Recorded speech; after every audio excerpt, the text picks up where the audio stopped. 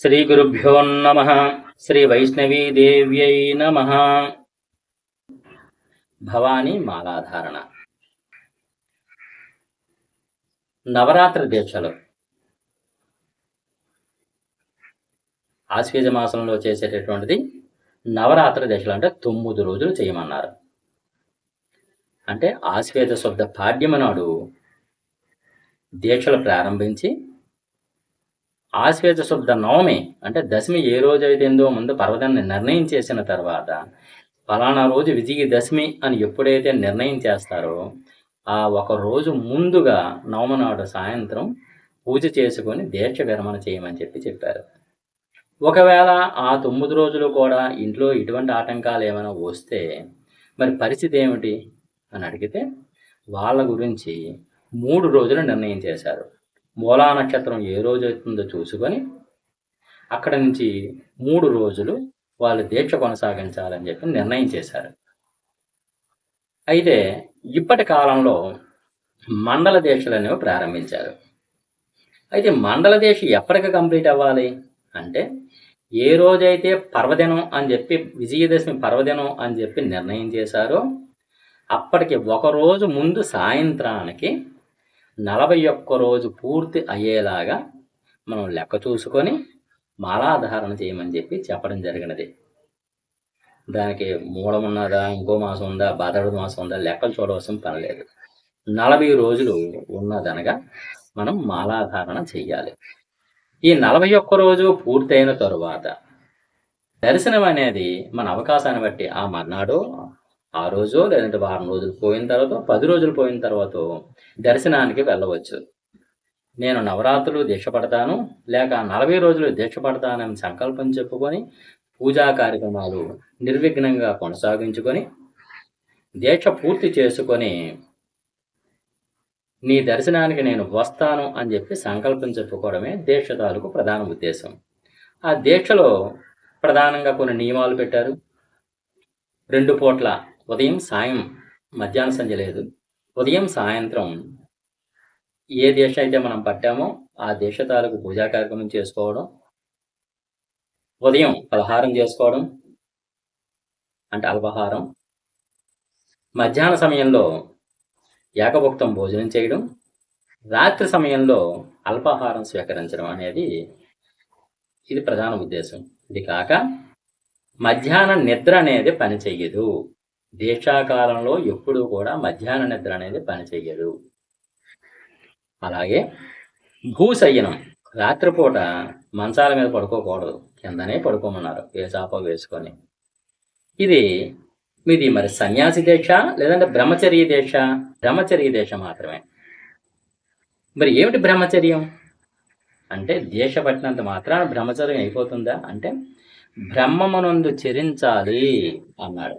ఏమిటి బ్రహ్మము అంటే నువ్వు దేన్నైతే ఆరాధిస్తున్నావో, అక్కడ అయ్యప్పనో లేదంటే అమ్మవారినో, దేన్నైతే ఈ 40 రోజులు నేను దీక్షా నియమాలు పాటించి నేను ఆచరిస్తా అని చెప్పావో నిరంతరం ఆ 40 రోజులు లేదంటే ఆ నవరాత్రుల్లో నీ తాలూకు దృష్టి అంతా కూడా ఆ బ్రహ్మమందే అంటే ఆ దేవత అందే నీ తాలూకు దృష్టి ఉండాలి తప్ప వేరే ఇతరత్ర ఎటువంటి దృష్టి పెట్టుకోకూడదు.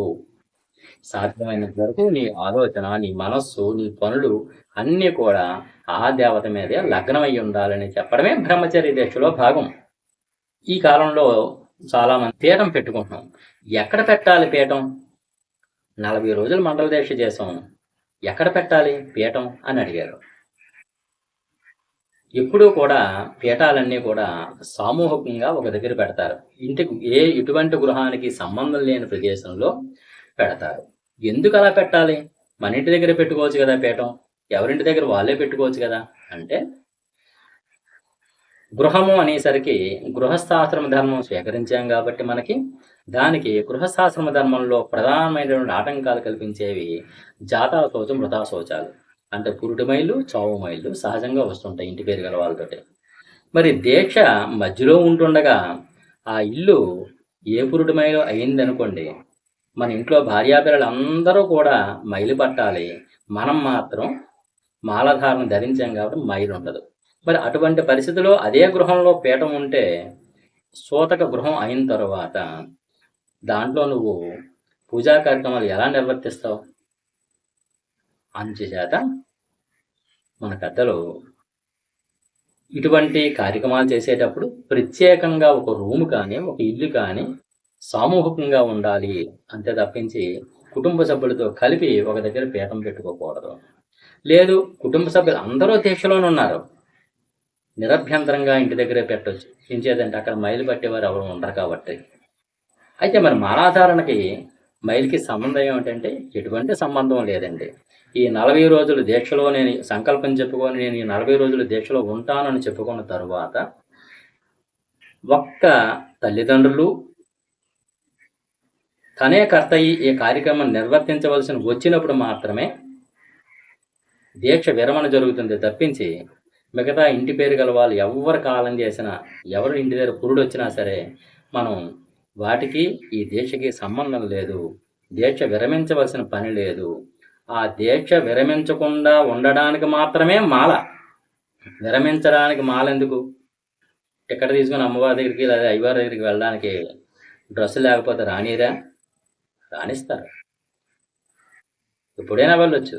కానీ దీక్ష దేనికి అంటే సంకల్పం చెప్పుకొని ఈ విధమైన సిస్టంలో నేను ఈ 40 రోజులు ఉంటాను అని చెప్పుకోవడానికి ఇవన్నమాట. అంచేత మాలాధారణ వేసిన తర్వాత ఎటువంటి ఆటంకాలు ఉండవు. ఒకవేళ ఆ కార్యక్రమం చేయవలసినటువంటి తనే కర్త అయితే ఖచ్చితంగా మాల విసర్జన చెయ్యాలి, మాల తీసివేయాలి. అంతేకాని ఎవరో కాలం చేసినంత మాత్రాన మీరు మాల తీయవలసిన పని లేదు.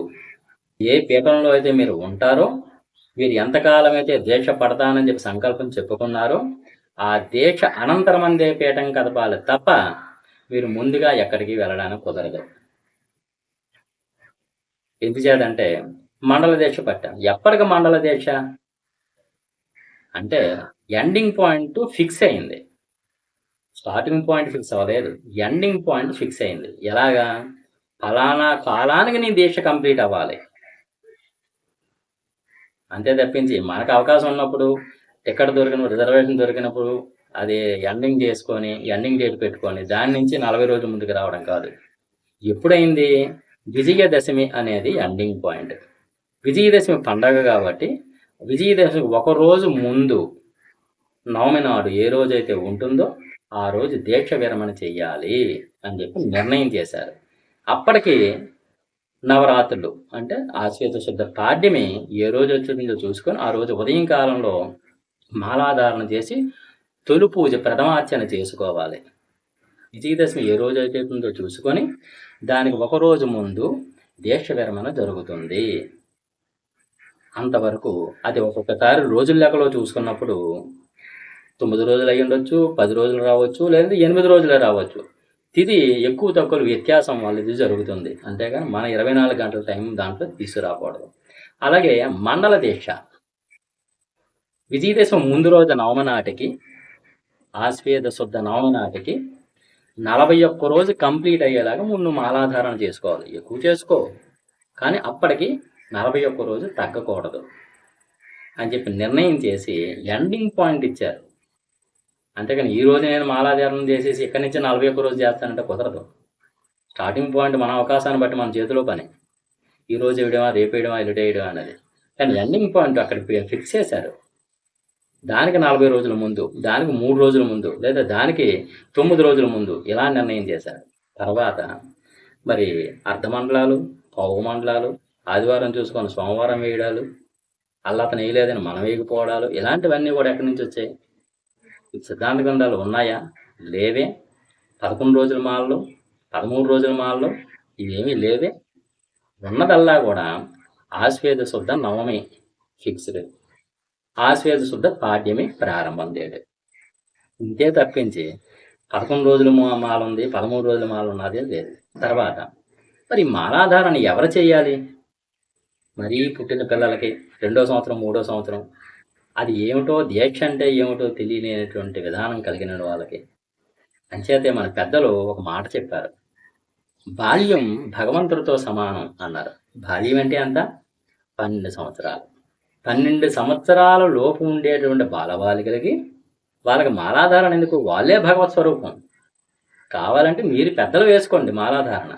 వేసుకొని తీర్థయాత్రలు చెయ్యండి. వీళ్ళని తీసుకొని వెళ్ళండి. అంతే తప్పించి ఆచరణలోని వాళ్ళని ముంచేసి, తలస్నానం చేయించేసి, స్కూల్ పాడుకొడేసి, ఇవన్నీ ఎందుకది? అంత అవసరమా అది? వాళ్ళని ఇబ్బంది పెట్టడం? ఆ వయసులో తెల్లవారుజామున లేపేసి, వాళ్ళు పట్టే నిద్రే అప్పుడు తెల్లవారుజామున. అప్పుడు లేవడం అంత అవసరమా? అంచేత మనం చేసేటువంటి పనులు ఎప్పుడు కూడా అనుకరణ పనిచేయదు. ఆళ్ళు వాళ్ళు వేశారని మనం వేయడం, మనం వేసామని వాళ్ళు వేయడం. ఇది చాలా తప్పది దీంట్లో. అంచేత ఎటువంటి పరిస్థితుల్లోనైనా సరే మీరందరూ కొద్దిగా జాగ్రత్తగా ఆలోచించి మాలాధారణ చేసేటప్పుడు మనం చేసే తప్పుడు పనులు ఏమిటి? ఇది భావ్యంగా ఉన్నదా? సమాజం హర్షిస్తుందా? అనేటువంటి విషయాలను కూడా మనం పరిగణలో తీసుకోవాలి. తర్వాత మొట్టమొదట ఉదయం లేవగానే చాలామంది స్వాములు ముఖ ప్రక్షాళన, ముఖం కడుక్కోవడంతో ప్రారంభమవుతుంది ఆ రోజు. అయితే మన సిద్ధాంత గ్రంథాలు ఏం చెప్పాయంటే, నోట్లో పందుపళ్ళు పెట్టుకొని ఊరంతా తిరుగుతూ అందరితో మాట్లాడుతూ పళ్ళు తోమని చెప్పలేదు. ఉచ్చిష్టమైన కార్యక్రమం కాబట్టి, నీచమైన కార్యక్రమం కాబట్టి అది ఒక్క దగ్గర కూర్చో, ఎవరూ తొక్కకూడదు. నువ్వు ఒక దగ్గర కూర్చొని ఎవరితో మాట్లాడకుండా ఆ పని కంప్లీట్ అయిన తర్వాత మాత్రమే ఇతరులతో మాట్లాడు, మిగతా పనులు చూడు. అంతే తప్పించి నోట్లో బ్రష్ పెట్టుకొని ఊరంతా మాట్లాడుతూ ఊరంతా తిరుగుతూ ఇది అవసరమా? దీక్షా నియమాలు అంటే ఏంటి? ఒక భోజనానికైనా నియమాలు, మధ్యాహ్నం భోజనం చేయాలి, రాత్రి టిఫిన్ చేయాలి, ఇదేనా నియమాలు? మిగతా విషయాలు మనకు అవసరం లేదా? అంచేత పెద్దలంతా కూడా జాగ్రత్తగా ఆలోచించి దీక్షా నియమాల గురించి ఒక్కసారి దృష్టిలో పెట్టుకొని మనం చేసేటువంటి పని ఇతరులకు ఇబ్బంది కలగకూడదు. మనం చేసేటువంటి పని మన తర్వాత తరాలకు ఆదర్శంగా ఉండేలాగా మనం ప్రయత్నం చెయ్యాలి. అందరికీ నమస్కారం.